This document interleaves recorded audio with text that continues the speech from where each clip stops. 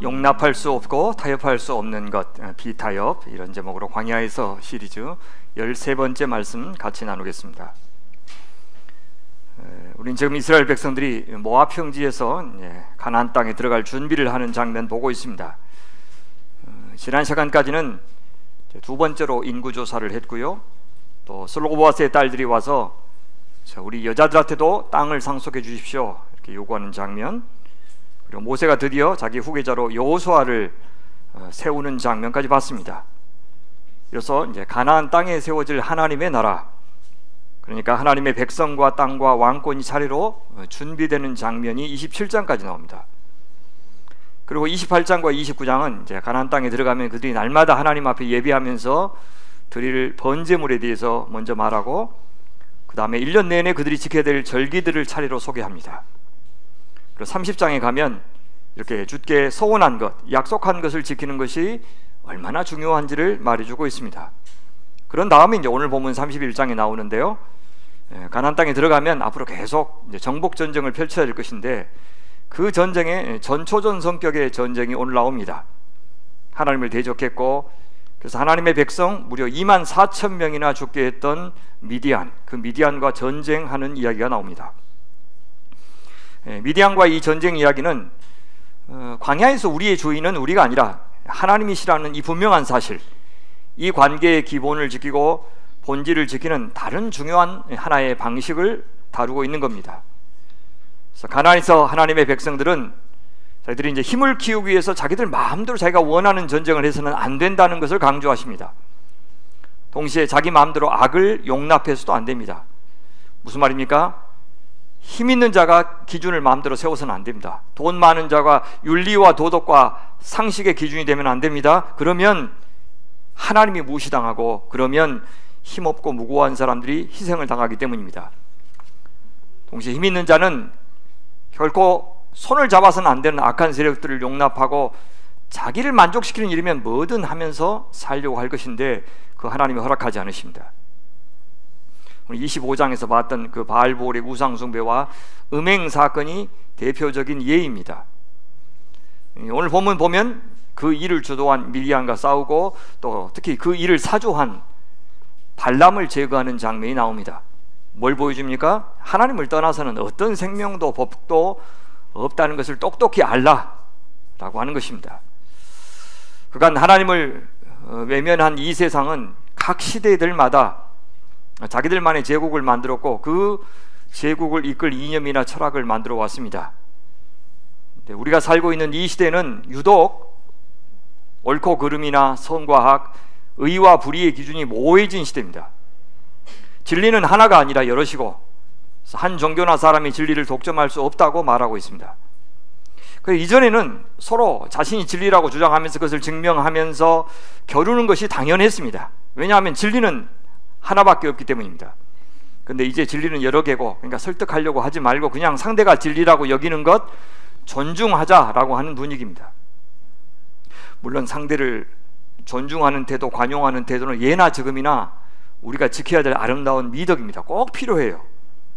우리는 관용이 없는 이데올로기나 종교의 폭력성이 얼마나 위험한지 우리가 살아온 현대사에서도 많이 경험했어요. 특히 대한민국 여전히 분단 국가 아닙니까? 이념 갈등이 여전히 진행 중입니다. 그런 영향 때문인지 몰라도 사회의 다른 영역에서도 서로 공통점을 찾아서 손을 잡으려고 하기보다는 조금만 다른 점이 드러나면 금방 결별하는 참 안타까운 일이 많이 벌어지고 있어요.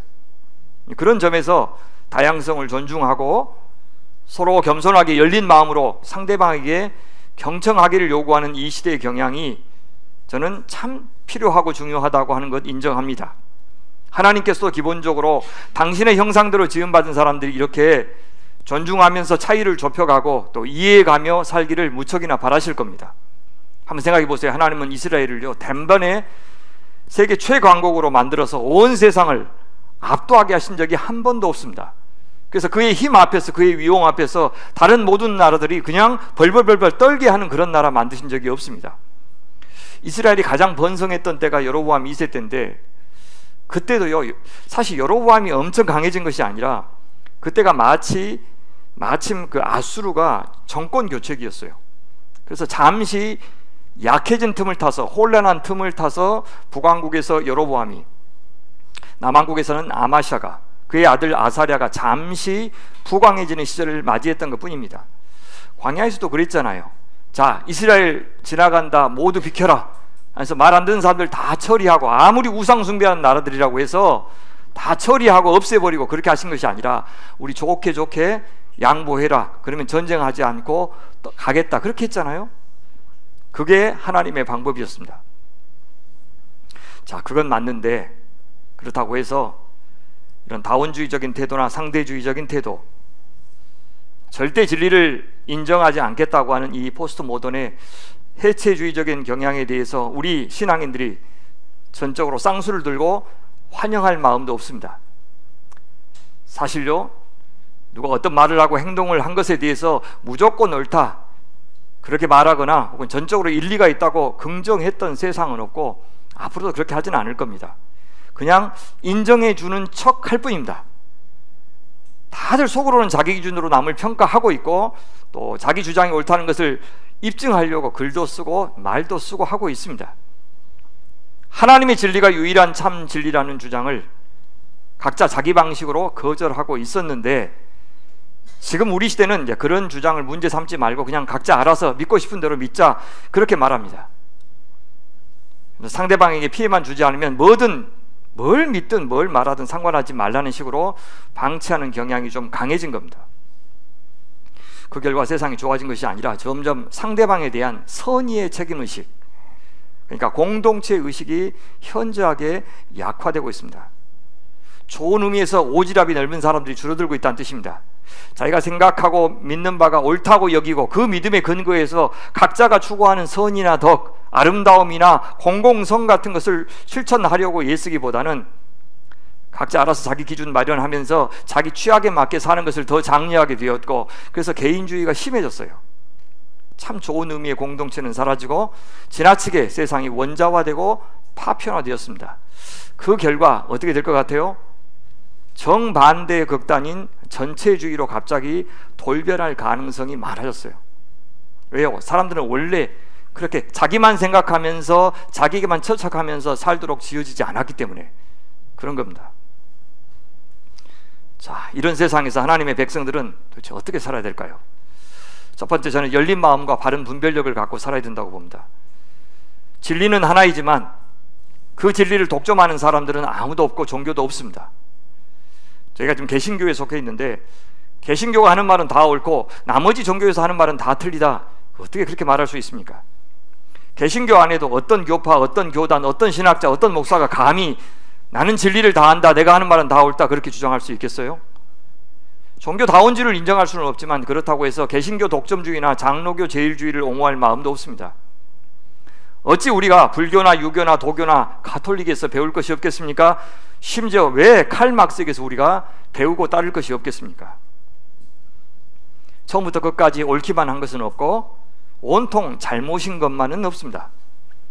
크게 보면 빛과 어두움, 선과 악, 의와 불의는 더 크신 우리 하나님에 의해서 서로 연결되어 있다고 저는 믿고 있습니다. 그래서 죽었다 깨어나도 내가 동의하지 못하는 어떤 사람이, 절대 친구가 될 수 없다고 생각하는 어떤 사람이 실제로는 나를 돕고 있고, 저는 실제로는 내게 은혜를 베풀고 있다고 믿고 있습니다. 어쩌면 저는 예수님께서 네 원수를 사랑하라고 하신 명령은 다름 아니라 이런 뜻인 것 같아요. 네 원수가 너한테 해만 되는 것이 아니다. 사실 그가 너에게 은총을 베풀고 있다. 은총이 되도록 내가 역사하고 있다. 그렇게 말씀하시는 것 같아요. 우리가 원수처럼 여기는 일들, 절대로 나한테는 일어나서는 안 되고 일어났으면 일어나기를 원치 않는 그런 일들, 인생에서 겪는 배신들, 오해, 실패, 상실, 고난, 그런 것들이 사실상 합력하여 선을 이루고 있다라고 하는 말과 같습니다. 그 원수 심판하고 그 혼돈을 제거하실 수 있는 권한은 우리한테 있는 것이 아니고 오직 주권자 하나님 앞에 있다는 뜻이 바로 내 원수를 사랑하라 라고 하는 말의 뜻인 것 같아요. 그러니까 모든 것이 다 진리다, 너도 진리고 나도 진리다, 그렇게 말하면서 다 쿨하게 인정해 주기보다도 우리 하나님이 참 진리이심을 고백하고 그러면서도 나와 생각이 다른 주장이나 종교에 대해서는 우리 하나님께서 그것들을 사용하시도록 맡기면서 나는 최대한 겸손하고 열린 마음으로 나에 대해서 의심하면서 경청하는 것. 그래서 누구에게든지 나와 종교가 다르거나 이념이 다른 사람들에게도 인간으로서의 예의를 지키면서 사는 것, 저는 그것이 중요하다고 생각해요. 하나님과 하나님의 말씀이 진리라고 하는 것을 인정하지 않은 채 다만 상대주의, 다원주의만 용납하는 세상이 우리에게 지금 가져다주는 그 결과는 저 문명의 최고봉이라고 하는 유럽에서 지금 전쟁이 벌어지고 있고, 자기들이 하나님의 선민이라고 주장하는 사람들이 중동에서 갈등을 주도하고 있지 않습니까? 생태계는 파괴되고 있고 인간들 사이의 관계는 엉망이 되어가고 온통 세상이 지금 혼란과 혼돈이 커지고 있습니다. 이것이 너도 기준 나도 기준, 무엇이 옳고 그른 것을 누가 섣불리 판단할 수 없다고 말하는 그 시대가 만든 그런 세상의 풍경입니다. 이 두 극단, 그러니까 절대 진리만을 주장하면서 나와 다른 사람들 모두 적으로 돌리는 태도도 안 되고, 모든 것이 진리라고 주장하면서 자기 마음대로 살지만 결국 자기 자유를 스스로 반납하는 이 두 입장 사이에서 우리 그리스도인들은 바른 분별력을 갖고 살아야 됩니다.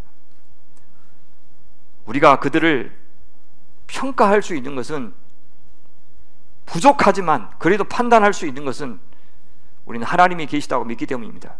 그분이 우리를 창조하셨고 그분이 여전히 그 창조의 의도를 이루기 위해서 역사를 주관하고 계시고 그 속에서 우리 인간을 여전히 창조하고 계심을 믿기 때문입니다. 어떻게 사는 것이 옳고 선하고 의롭고 아름다운지를 주께서 말씀하셨고 지금도 보여주고 계시다고 믿기 때문에 우린 부족하지만 여전히 선과 악을 분별하려고 애쓸 수가 있는 겁니다. 동시에 우리는 하나님의 뜻을 찾고 그 뜻을 따라서 순종하려고 하는 그 가치보다 더 중요하고 더 우선하는 가치가 없다는 사실을 꼭 기억해야 됩니다. 내가 바라고 내가 원하는 것을 이루는 것을 인생의 목표로 삼지 않고 우리를 창조하시고 우리의 왕 되신 그 주님의 마음에 합한 것을 찾기 위해서, 추구하기 위해서 노력하는 것이 우리에게도 남에게도 좋은 일이라는 사실을 잊지 말자는 겁니다. 사람을 사랑하는 것이면 다 용납되어야 한다는 식의 주장이 갖는 함정을 알고 계십니까? 누군가에게 사랑인 것이 다른 누군가에게는 폭력이 될 수 있습니다. 심지어 반드시 사람을 사랑하는 일이 하나님을 사랑하는 일이 되지 않을 수도 있습니다. 그래서 인본주의는 좋은 말이지만 동전의 다른 편에 신본주의를 전제하지 않으면 세속주의가 되어버리고 결국 인간을 소중히 여기는 사상이 될 수 없다는 것 우리 아셔야 됩니다. 하나님이 마련하신 사랑의 기준, 생명의 기준, 복의 기준을 무시하는 것이 태초에 인간이 범했던 원죄입니다. 인간이 하나님을 무시하고 스스로 신이 되겠다고 하는 것은 자기가 선의 기준, 의의 기준, 아름다움의 기준을 정하겠다는 것인데, 그래서 자신이 인간들의 사회를 행복하게 만들 수 있고 조화롭게 만들 수 있다고 생각하는 것인데, 실제 그런 세상이 존재해 본 적이 있습니까? 존재했다면, 그런 사회가 있었다면 아마 예수는 필요 없겠었겠죠. 하나님께서 굳이 자기 아들을 보내서 세상에 십자가를 지게 하실 필요는 없었을 것입니다. 하나님께 사랑의 기준을 마련해 드리도록 맡기는 것이 신앙입니다.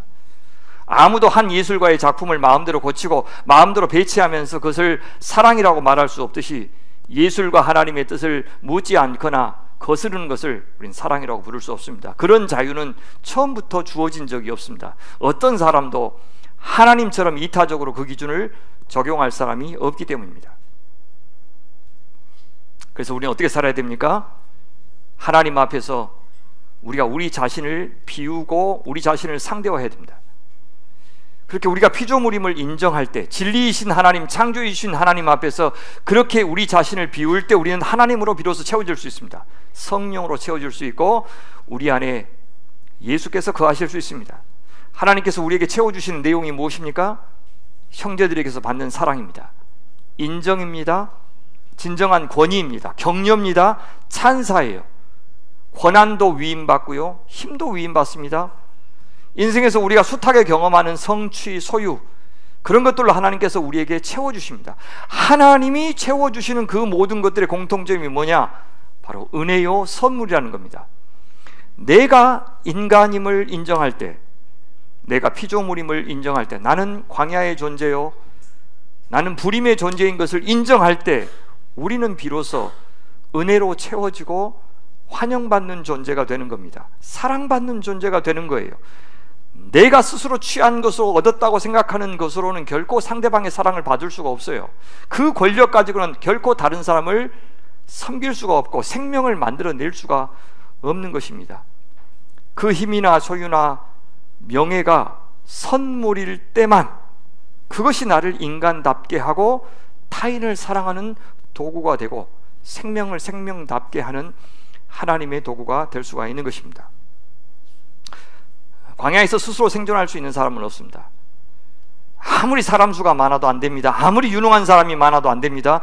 광야에서는 어디로 가야 되고 어디서 물을 구할 수 있고 어디서 양식을 구할 수 있는지 모르면 다 죽습니다. 사방에서 우리들을 노리는 세력으로부터 누군가가 우리를 지켜주지 않으면 스스로 살 수 있는 사람은 없습니다. 광야에서 내가 내비게이터가 되겠다고 나설 수 있는 사람 없고, 내가 모든 필요한 것들을 공급할 수 있는 공급자가 되겠다고 나설 수 있는 사람 없고, 외부로부터 나를 스스로 지키겠다고 내가 보호자가 되겠다고 나설 사람도 없습니다. 그러니 우린 더는 현혹되어서는 안 됩니다. 고작 대학이, 돈이, 권력이 우리를 생명으로 살게 할 수 있다는 말에 넘어가서는 안 됩니다.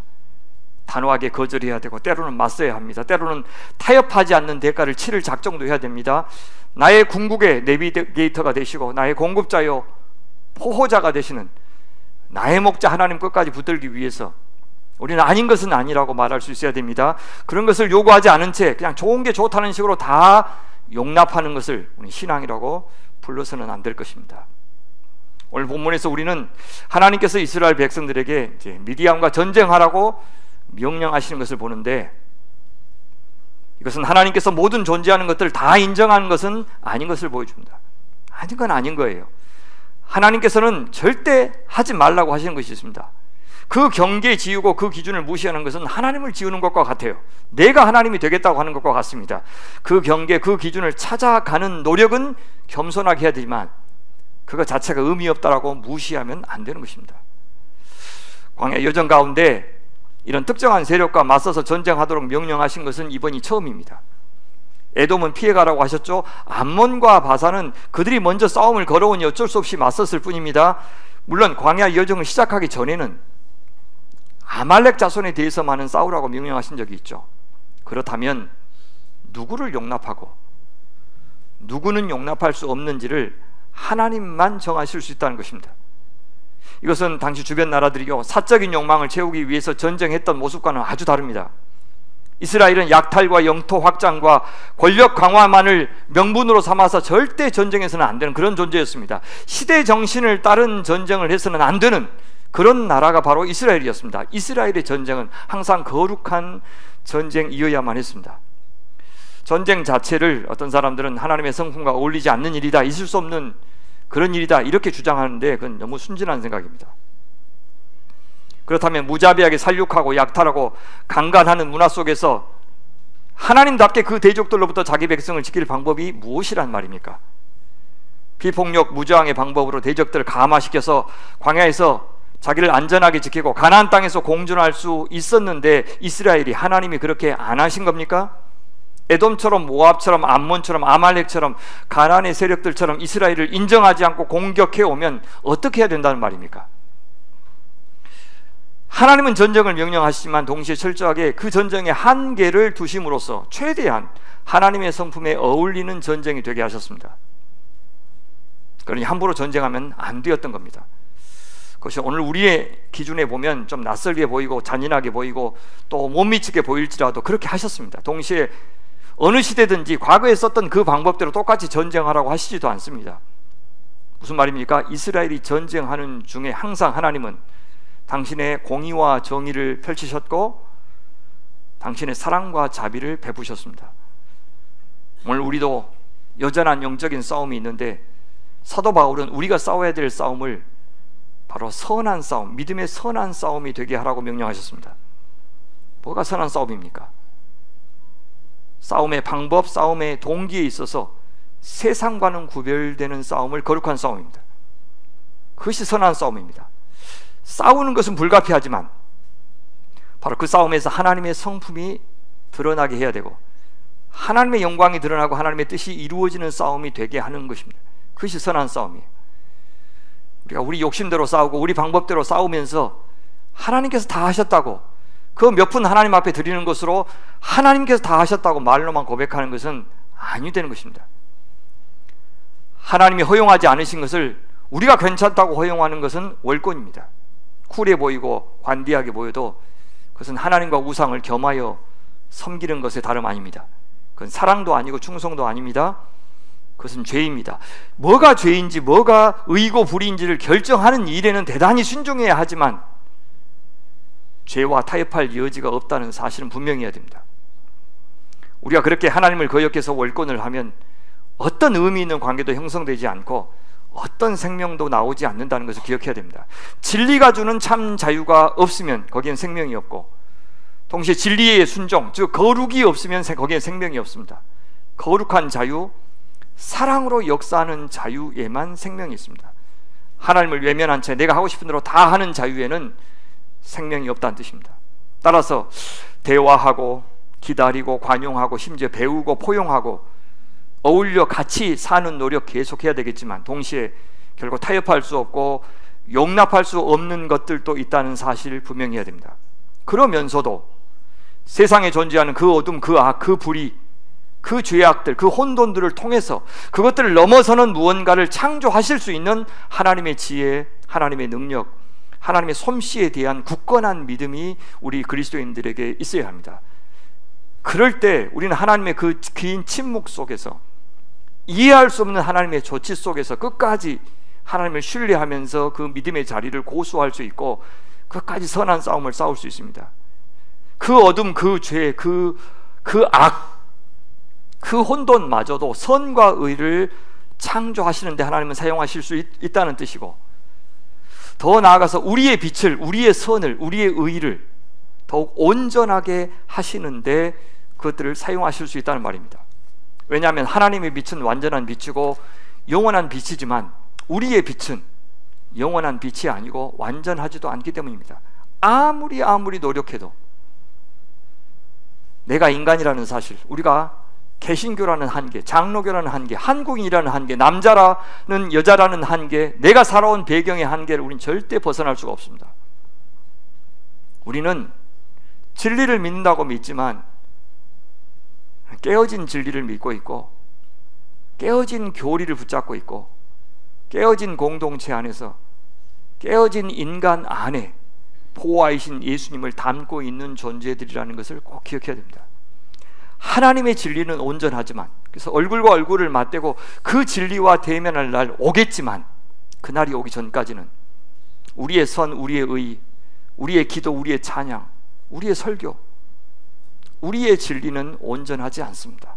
어떤 목사라도, 어떤 율사라도, 어떤 연주자라도 그건 마찬가지입니다.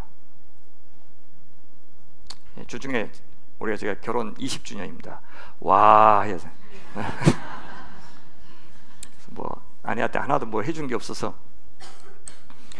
지난 목요일 날 대전 가서 이제 마리아 주앙 피레스라고 참 제가 좋아하는 피아니스트가 한국에 오신다 그래서 올해 80세예요. 그래서 올해 못 보면 다시는 못 보겠구나 해서 이제 아내하고 대전에 저녁에 잠깐 다녀왔어요. 참 좋았어요. 와, 나도 80살에 저렇게 아름답게 연주할 수 있을까? 주님의 아름다움을 내가 전할 수 있을까 하는 생각하면서 참 즐겼는데, 드뷔시 연주했는데 좋긴 좋았는데 할머니는 할머니구나 그런 생각이 들었어요. 정말 훌륭하시지만 완벽하지는 않으시구나 라는 것 때문에 좋았어요.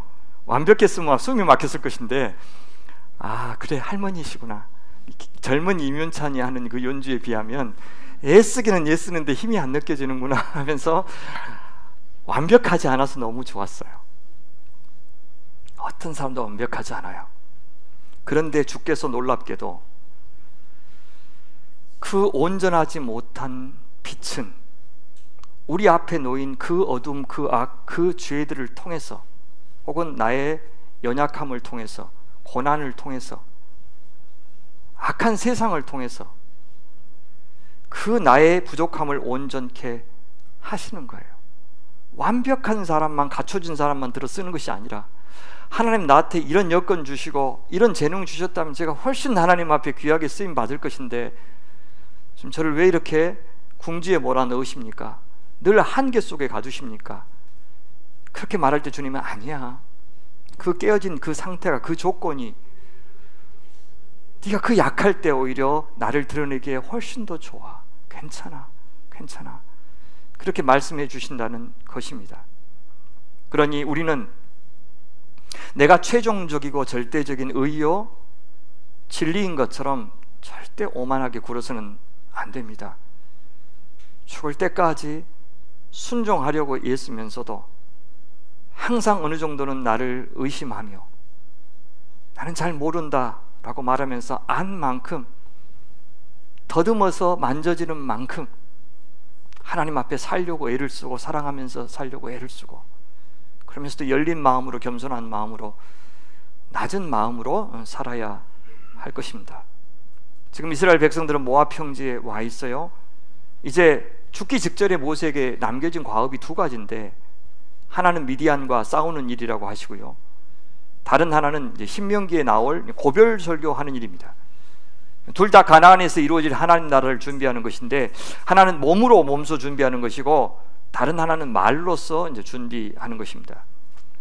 미디안과의 전투, 이것은 앞으로 이스라엘 백성들이 가나안 땅에서 치를 전쟁의 전초전이라고 했죠. 그것을 모델 전투, 그렇게 부를 수 있습니다. 출애굽 1세들은 애굽에서 나올 때 또 광야에서 이런 모델 전투를 경험한 적이 있죠. 근데 출애굽 2세대에게 이제 모델 전투를 경험하게 하신 겁니다. 이 전쟁은 철저히 거룩한 전쟁이 되어야 합니다. 하나님의 전쟁, 하나님께서 친히 싸울 대상 선택하시고 싸움의 성패를 결정하시고 싸움의 방법, 결과까지 다 정하시는 전쟁이 되어야 한다는 뜻입니다. 그것이 무엇에 따라서 결정됩니까? 이스라엘 백성과 하나님의 관계에 따라서 결정돼요. 이 전쟁을 이스라엘을 심판하시는 일에 쓰기도 하실 것이고, 이스라엘 백성들에게 하신 약속을 지키는 데 쓰기도 하실 겁니다. 상대편 전쟁의 대상자가 패하게 하는데, 그래서 그들을 심판하는 데 쓰시기도 하고, 전쟁하는 이스라엘을 심판하시는 데 쓰시기도 할 겁니다. 무슨 말입니까? 이 전쟁은 철저하게 언약적 속성을 갖고 있다는 것입니다. 이스라엘의 모든 전쟁은 언약에 따른 전쟁이요, 그래서 신학적인 전쟁이 되어야 합니다. 결코 인간의 팽창 욕구, 소유 욕구, 지배 욕구를 만족시키기 위해서 전쟁하는 것은 추호도 허락하지 않으셨습니다. 자, 이 전쟁이 거룩한 전쟁, 하나님의 전쟁이 되도록 하나님은 세 가지 측면에서 명령을 하시는데, 첫 번째는 미디안과 싸움하는 방식에서 거룩함을 드러내라고 하십니다. 둘째, 군인들과 전리품을 정결하게 하는 방식에서 거룩함을 드러내야 되고요. 셋째, 전리품을 분배하는 방식을 통해서도 거룩함을 드러내라고 하십니다. 차례차례 한번 살펴볼까요? 자, 전쟁을 명령하시면서 매우 특이한 지시를 합니다. 미디안을 이스라엘의 원수라고 하시면서 동시에 하나님의 원수라고 지칭해요. 미디안을 쳐서 미디안에 대한 주님의 원수를 갚아야 하고, 우리가 대적이라고 생각하는 그 대적이 하나님의 대적이 될 수도 있고 안 될 수도 있어요. 하나님의 대적이 아닌데 내가 상종하지 못할 대적으로 삼아서 마음대로 전쟁하는 것을 주님께서 용납하지 않으셔요. 대한민국의 국익을 위한 전쟁이 반드시 하나님이 허락하신 전쟁은 아닐 수가 있습니다. 내 명예 위에, 소유 위에, 내 개인적인 영달을 위해서 우리가 전쟁 같은 삶을 사는 것도 하나님이 기뻐하지 않으십니다. 그런 전쟁 같은 삶을 통해서 얻은 전리품을 하나님 앞에 바친다고 해서 그것이 하나님 앞에 영광이 된다고 생각해서는 안 됩니다. 전쟁 같은 삶을 강요하는 이 세상을 보면서 내가 승자의 자리에 있다고 해서 그 불의하고 불공정한 세상에 대해 침묵하거나 바꾸려고 하는 노력을 하지 않는 것도 주님의 백성다운 삶은 아닙니다. 둘째, 자, 전쟁에 참여하는데 20세 이상에 참여할 수 있는 사람이 적어도 몇 명입니까? 한 60만 명 되죠. 근데 주님께서 놀랍게도 레위 지파를 제외하고 나머지 12지파에서 1000명씩만, 총 1만 2천 명만 징발해서 그 전쟁에 보내게 하셔요. 나중에 미디안에서 탈취한 사람들과 짐승들을 보면 미디안의 군사력이 만만치 않았다는 것을 알 수 있어요. 그런데도 그렇게 하셔요. 이것은 나중에 사사시대 보면 사사 기드온이 또 미디안과 싸우는데 불과 300명만 데리고 나가라고 그러시죠. 그래서 12만 5천 명을 상대하시는 모습에서 다시 한번 재현돼요. 우리가 약할 때 강함 되시는 하나님께서 이스라엘을 의도적으로 취약한 상태로 만드신 거예요. 그래서 이 전쟁이 이스라엘의 전쟁이 아니라 두말할 여지 없이 하나님의 전쟁이 되게 하신 겁니다. 너무 설교 준비가 안 돼서 두렵고 불안하고 아이고 큰 실수만 하지 않고 넘어갔으면 좋겠다 할 때 성도들이 정말 얄밉게도 어떻게 이렇게 은혜가 되냐고 말씀해 주셔요. 이게 무슨 영문인지. 그러니까 정말 소통이 뭘로 소통이 되는지를 정말 모르겠어요.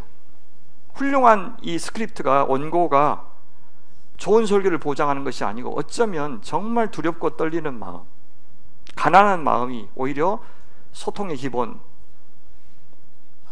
도구가 아닌가 하는 생각이 들어요. 하나님도 그러셨어요. 셋째, 여러분 이 전쟁 이기려면 전쟁 가장 잘하는 사람을 지도자로 세워야 안 되겠습니까? 그렇죠. 그럼 누가 되면 가장 어울리죠? 여호수아 있잖아요. 그렇죠. 모세는 좀 늙으셨으니까. 혹은 갈렙 같은 사람이 리더가 되면 좋을 건데 누구를 세워요? 제사장 비느하스를 세우라고 말씀하시네요.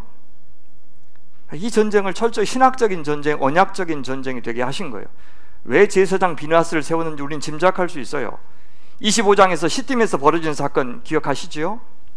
이스라엘 백성들이 바알 보호를 따르는 미디안 여인들에게 속아서 우상 숭배를 했고 행음까지 했어요. 대표적으로요, 미디안 가문의 우두머리의 딸인 고수비하고 시므온 집파 지도자의 아들인 이 시므리가 서로 결혼하는 그런 일까지 벌어졌죠. 멀쩡하게 심판을 받고 있는 그 와중에 그런 일이 벌어졌죠. 그들을 처형하는데 앞장섰던 사람이 바로 이 비느하스였어요. 그래서 이미 심판이 진행되고 있는, 연병이 진행되고 있는 와중에 그래도 그 사건이 있어서 24,000명이 죽는데 그쳤던 일이 있었죠. 주님께서 그때 모세에게 이렇게 명령하신 바 있어요. 너희는 미디안 사람을 원수로 여겨서 그들을 쳐 죽여라. 고수비의 일로 너희를 속였고 그렇게 너희를 속였을 때 이미 너희에게 고통을 주었기 때문이다 라고 이야기해요. 따라서 이 전쟁을 다른 누구도 아니고 비느하스가 주도하는 것이 자연스러운데, 왜냐하면 이 전쟁은 앞에서 비느하스가 미디안 여인 고수비하고 우상숭배자 시므리를 처형한 것과 그 성격이 같은 전쟁이었기 때문입니다. 정의를 행하고 공의를 집행하는 심판 전쟁이었어요. 미디안을 심판하심으로써 하나님께서 정말 심판하고 싶으셨던 것이 뭐냐? 바로 이스라엘 안에 있는 미디안적인 사상이에요. 하나님을 업신 여기는 사상, 하나님보다 돈과 쾌락을 사랑했던 그 정신과 먼저 싸우게 하신 겁니다. 그 미디안은 사실상 앞으로 이스라엘 백성들이 싸워야 할 가나안 족속들과 그 성격이 같았어요. 하나님을 인정하지 않는 세력, 우상 숭배를 요구하는 세력, 그것이 이스라엘의 앞으로 가장 강력한 대적이 될 겁니다. 그래서 이스라엘 백성들은 저 미디안과 싸우면서 사실은 자기 안에 있는 미디안과 싸워야 했어요.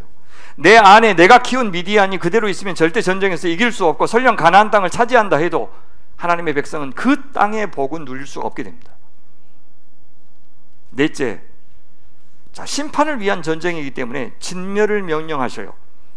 이스라엘이 하는 모든 전쟁이 다 진멸 전쟁은 아니었습니다. 하나님께서 주신 기회를 저버리고 끝까지 하나님을 대적하는 세력들을 향해서만 예외적으로 진멸을 명령하셨어요. 미디안을 심판하신 것은 그들이 모압을 도와서 이스라엘의 하나님께 대적했기 때문입니다. 전쟁에서 대적들을 다 죽이라고 하는 명령을 잔인하게만 듣는다면 앞서 말씀드린 대로 그건 너무 낭만적인 생각입니다. 이 진멸이 심판의 성격이었다는 것을 보여주는 또 다른 증거가 있는데 뭐냐면, 자, 미디안의 5 왕들을 죽였다는 말 끝에 어떤 말이 나오냐면, 또 한 사람 심판한 이야기가 나오는데 부올의 아들 발람도 칼로 쳐 죽였다 그렇게 나와요. 발람 우리가 알고 있죠. 이스라엘 백성 24,000명이 연병으로 죽는데 빌미를 제공한 사람. 하나님께서 극적으로 간섭하셔서 3번이나 모압왕 발락의 저주 요청 거절하고 축복할 수밖에 없었던 사람이 발람입니다. 하나님의 능력을 그는 10분 경험했어요. 그런데도 그는 발락이 제시하는 돈에 현혹되어서 이스라엘 백성들이 바알보올의 우상숭배와 행음에 빠져서 하나님의 심판을 받도록 그 방법을 가르쳐준 사람, 속임수를 가르쳐준 사람이 이 발람이었어요. 그래서 먼저 우상숭배한 이스라엘 백성들이 심판을 받아 죽었듯이 이제 발람도 심판을 받고 있는 겁니다. 하나 더 있어요. 아니, 그렇게 승리하고 돌아오는데 막 축하하고 기뻐해야 마땅할 것 같은데 모세는 화를 내고 있어요. 그 군인들한테. 그 이유를 이렇게 이야기해요. 모세가 그들을 꾸짖었다. 어쩌자고 여자들을 모두 살려두었어. 이 여자들이야말로 부올에서의 그 사건 때 발람의 말을 듣고 이스라엘 자손을 꿰어 주님을 배신하게 하고 주님의 회중에 연병이 일어나게 한 바로 그 사람들이요라고 얘기해요. 하지만 하나님께서는요, 미디안 여자들이면 다른 모든 여자들까지 다 죽여야 된다고 말씀하진 않으셔요. 18절 보면 여자들 가운데서 남자와 동침하지 않아 사내를 안 일이 없는 처녀는 당신들이 차지할 몫으로 살려두시오. 바알 부올의 우상 숭배를 주도한 여인들이 아니면 심판할 필요가 없다라고 이야기하셔요. 모세가 왜 화를 낸 겁니까? 이 전쟁은 심판을 위한 전쟁인데 그들은 미디안 남자들만 제거하고 여자들 다 데리고 왔어요. 자신의 쓸모를 위해서 사용하겠다고 데리고 왔어요. 그렇다면 이것은 주변 나라들이 전쟁에서 전리품을 취하는 방식과 다를 바가 없었던 겁니다. 이렇게 전쟁하면 거룩한 전쟁이 될 수가 없기 때문에 화를 낸 거예요. 우리 그리스도인들도 세상에서 경쟁 피하면서 살 수가 없어요. 우리만 따로 모여서 살지 않는다면 전쟁은 불가피합니다. 하지만 할 수 있는 만큼은 최대한 어떻게 싸우는 것이 우리의 싸움이 거룩한 싸움이 될까, 선한 싸움이 될까를 고민해야 돼요. 공부해야 돼요. 대화하고 묻고 기도하고 해야 돼요. 어떻게 사는 것이 본질에 어울리는 삶입니까? 그 고민하고 실천하는 것이 신앙이에요. 하나님의 백성답게 산다, 복음에 합당하게 산다, 성경적으로 산다, 구호에 그칠 것이 아니라 어떻게 사는 것이 깊은 고민과 시행착오 속에서 그 대답이 나오는 것이지 정답처럼 어떤 것이 정해진 것이 아닙니다. 제가 다른 많은 것도 있지만 주식 투자나 부동산에 대해서 유독 경계하는 말씀을 많이 드렸습니다. 그 자체가 죄악이라는 뜻이 아닙니다. 집 두 채 갖는 것이 뭐가 왜 죄악이겠습니까? 하지만 성경적인 주식 투자, 성경적인 부동산 투자에 대해서 엄청 많이 고민해야 돼요. 그렇지 않으면 이미 도박이 된 주식, 투기가 된 부동산 투자와 구별되지 않을 것이기 때문입니다.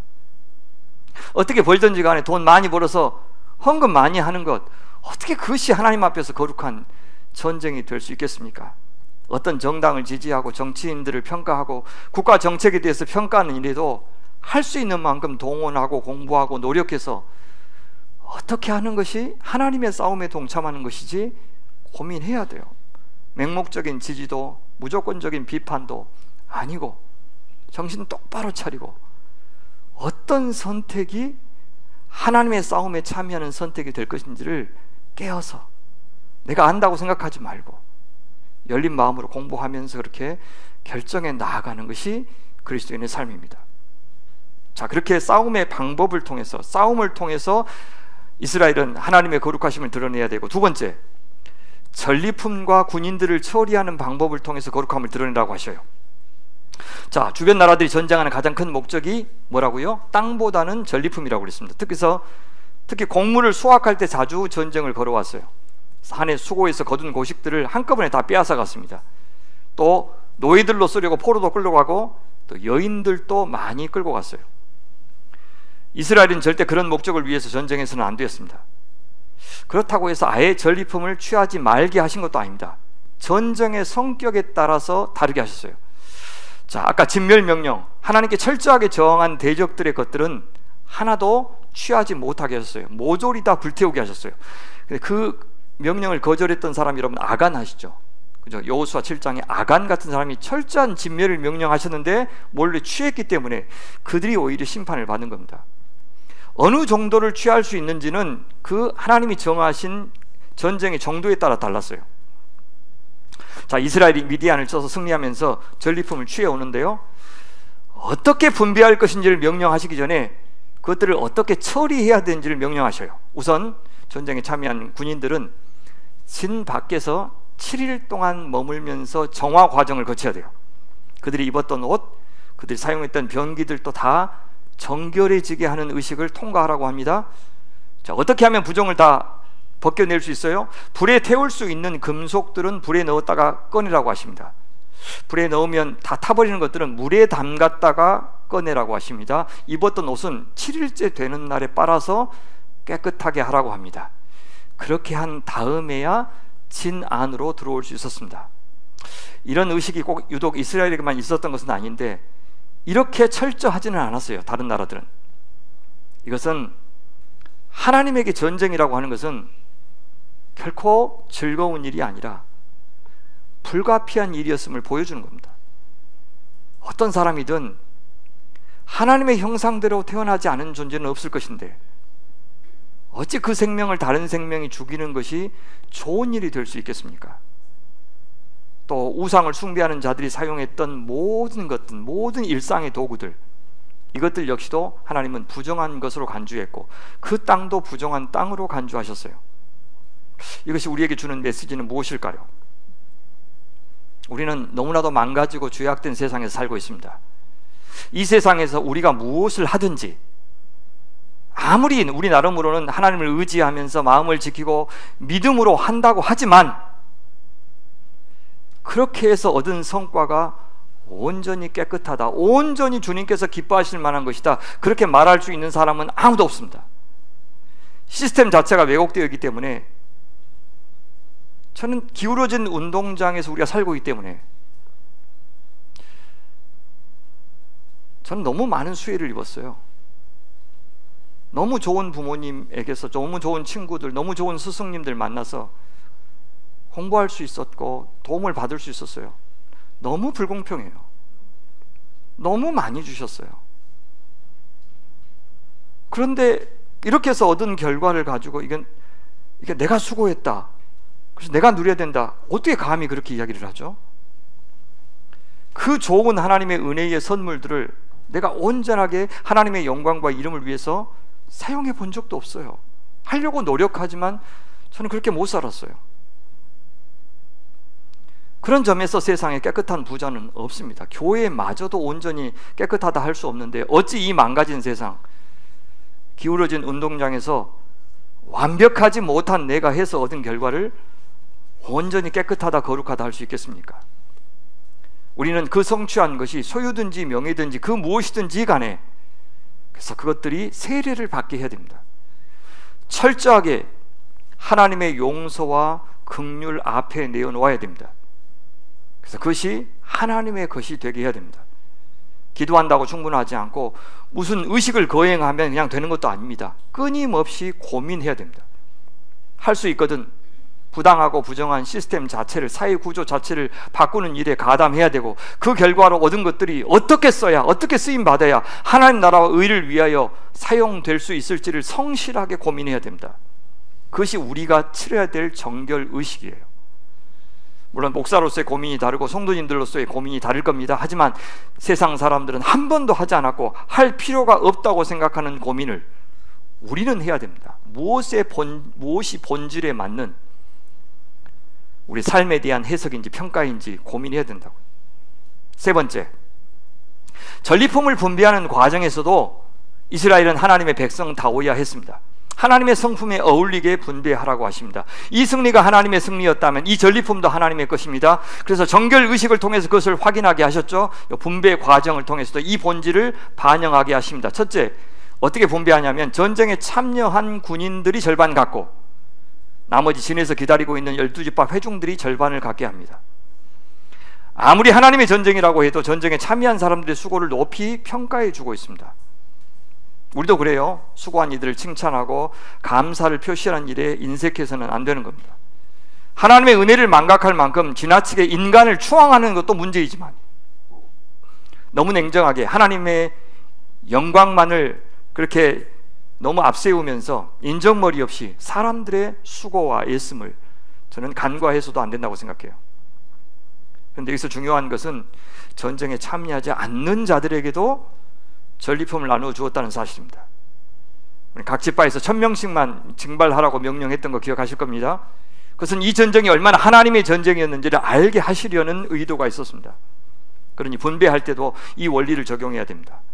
하나님의 전쟁이었으니 하나님이 주신 은총의 선물을 회중들이 받아 누리는 것이 당연했습니다.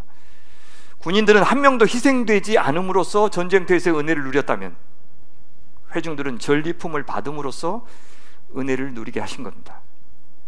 여러분, 소유를 나눈다고 하는 것은요, 특히 소유와 우리가 거의 일체화된, 그래서 물화된 이 세상에서는 그냥 내 존재가, 내 살점이 떨어져 나가는 것 같이 고통스러운 일입니다.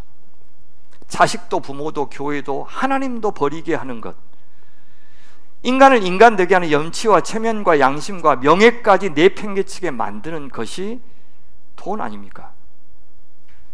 그래도 그 소유를 나누는 삶을 살려면 우리는 그 무엇보다도 그 소유가 얼마나 큰 은혜인지 선물인지 얼마나 내게 과분한지 그것을 먼저 알아야 됩니다. 내가 수고한다고 해서 많이 벌 수 있는 것도 아니고 내가 아낀다고 해서 많이 모을 수 있는 것도 아니라는 것 알아야 됩니다. 세상에 겸손한 사람들은 자기가 이룬 부를 뭐라고 말하냐면요, 운이라고 말해요. 진짜 겸손한 사람들은 이거 운입니다. 우리는 그것을 뭐라고 말하죠? 은혜라고 말하는 것 뿐이에요. 그것을 아는 것이 지혜예요. 그 지혜에서 겸손함이 나오고 너그러운 베품이 나올 수 있는 겁니다. 둘째, 어떻게 분배하라고 하냐면 제사장과 레위인의 몫을 따로 떼어놓으라고 말하죠. 군인들은 500분의 1을 떼어서 제사장에게 주고 회중들은 50분의 1을 떼어서 수가 훨씬 많은 레위인들에게 주라고 하죠. 제사장과 레위인을 챙기는 것, 이것은 하나님의 승리, 믿음의 승리였음을 인정하는 의미가 있습니다. 제사장 비느하스가 주도한 싸움이었잖아요.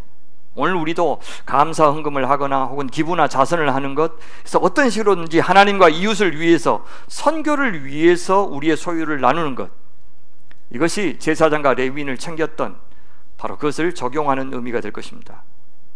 마지막으로 하나 더 있는데, 일체의 희생 없이 전쟁에서 승리한 것에 대해서 감사하면서 군인들이요, 속전, 그러니까 자기의 생명이 죽었어야 하는데 살았잖아요. 그 생명값을, 속하는 돈을 하나님 앞에 바치고 있는데, 바치라고 해서 바친 것이 아니고 어떻게 나와요? 자발적으로 바치고 있는 것을 알 수가 있습니다. 적지 않은 것이에요. 그 양이 엄청나요. 16,750세겔. 이것은 형식적이고 인사치레가 아니었습니다. 그들의 이런 너그러운 헌물은 그들이 얼마나 하나님을 향한 신앙이 돈독했는지를 보여줍니다. 자, 모세와 엘르아사는 이것을 어떻게 했어요? 백성들을 위한 기념물로 삼았다라고 이야기해요. 이 명령을 끝으로 모세는 이제 죽어야 했습니다. 근데 모세가 뭘 바란 것이죠? 이 전쟁을 모델 전쟁으로 삼아서 앞으로 이스라엘 백성들이 이와 같은 방식으로 가나안 땅에서도 하나님의 축복을 누리기를 바랬습니다. 그래서 이 전쟁이 두고두고 하나님의 전쟁이었음을 기억할 수 있도록 실물 교재로 이 예물들을 따로 보관했던 것입니다. 얼마나 탁월한 지도자의 해안입니까? 말씀을 맺겠습니다. 하나님은 저희한테 사랑하라고 가르쳐 주셨습니다. 하나님도 이웃도 사랑하는 것, 그 하나님과 이웃을 나를 사랑하듯 사랑하는 것, 그것이 하나님 나라 백성의 삶이라고 하셨습니다. 그 사랑이 때로는 정의와 공의를 실현하는 일로 나타납니다. 불의를 행하고 폭력을 행사하고 부당하게 힘을 사용하고 타인을 아프게 하는 것들을 용납하지 않는 것이 사랑이라고 하십니다. 또한 그 사랑은 거룩한 삶으로 드러나야 한다고도 하셨습니다. 하나님이 정하신 존재 방식, 하나님이 기뻐하시는 관계 맺기 방식을 추구하는 것을 거룩이라고 합니다.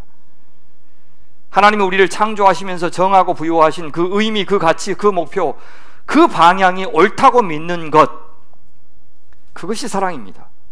그 믿음대로 사는 것이 사랑입니다. 그것을 진리라고 불러요. 그 진리 안에 거할 때 우리가 진정으로 자유로울 수 있다, 인간다울 수 있다, 생명다울 수 있다고 하셨어요. 그러니까 거룩한 자유, 사랑의 자유, 공의롭고 정의로운 자유가 바로 하나님 나라의 참된 자유인 것입니다. 하나님은 하나님을 끝까지 인정하지 않고 이스라엘 백성들을 죽음에 이르게 했던 미디안 족속, 그 시도를 멈출 마음이 전혀 없는 미디안 족속들을 심판하는 전쟁을 하라고 명령하셨습니다. 이스라엘은 순종했죠. 자기들 분풀이 대상으로 삼아서는 안 되고 하나님의 방법으로 싸우기로 했습니다. 하나님이 허락하시는 범위까지만 싸워야 했습니다. 그래야 그 싸움이 거룩한 전쟁이 되고 하나님의 전쟁이 되고 하나님의 사랑과 자비가 구현되는 전쟁이 될 수 있기 때문입니다.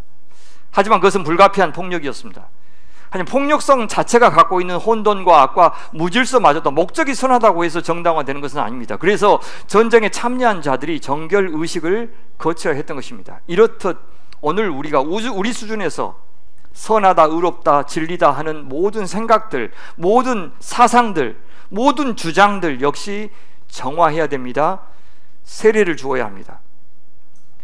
우리가 옳다고 생각했던 것들 안에 들어있는, 반드시 들어있는 온전하지 못한 것들을 인정해서 함부로 오만하게 내가 절대 선인 것처럼 그렇게 주장해서는 안 된다는 겁니다. 부모는 자식에게 가장 좋은 것을 주고 싶고, 목자인 저도 어떻게 하면 성도들에게 좋은 것을 줄 수 있을지를 늘 고민하지만, 나도 모르게 자식들한테, 나도 모르게 성도들한테 절대 도움이 안 되는 것들을 너무 많이 주면서 살아왔습니다.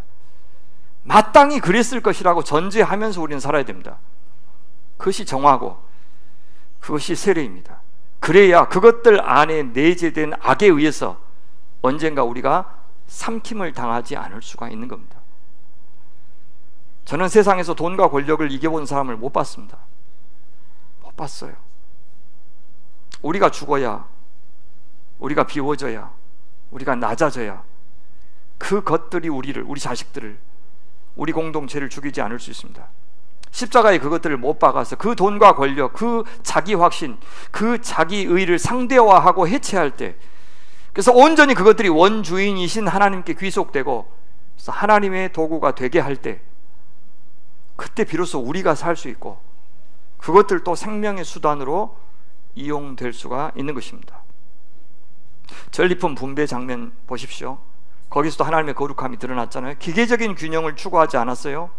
전쟁에서 수고한 사람들 높이 평가해 주었지만 마치 그들의 힘만으로 이룬 승리인 것처럼 착각하지도 않게 해주셨습니다. 제사장과 레위인들에게 몫을 떼어준 것은 하나님께 바치는 예물의 성격이었습니다. 저는 이 모든 전리품 분배는 이 승리가 하나님의 선물이요 은혜임을 고백하고 실천하는 의미가 있다고 했습니다. 그러니 사랑하는 여러분, 우리도요 이 거룩한 자유, 사랑의 자유를 추구하시기를 바랍니다. 타협 없이 진리를 추구하는 마음, 그 진리를 살아내는 삶, 그러면서도 관대함과 겸손함으로 경청하고 늘 배우려고 하는 마음을 우리 간직했으면 좋겠어요. 그래야 주님이 늘 머물고 싶은 성도와 공동체와 우리 가정이 될 것입니다. 이것이 광야를 지나는 하나님이 주신 지혜입니다. 지혜로워지는 축복이 여러분들에게 있기를 간절히 바랍니다. 우리 같이 마무리 기도를 같이 읽으면서 우리 예배를 마치겠습니다. 시작. 주님만을 기준으로 삼아 살게 하소서. 주님의 사랑과 은혜, 공의와 정의에 어울리게 살게 하소서. 겸손한 마음과 선한 분별력을 주셔서 믿음의 선한 싸움을 싸우게 하소서. 아멘.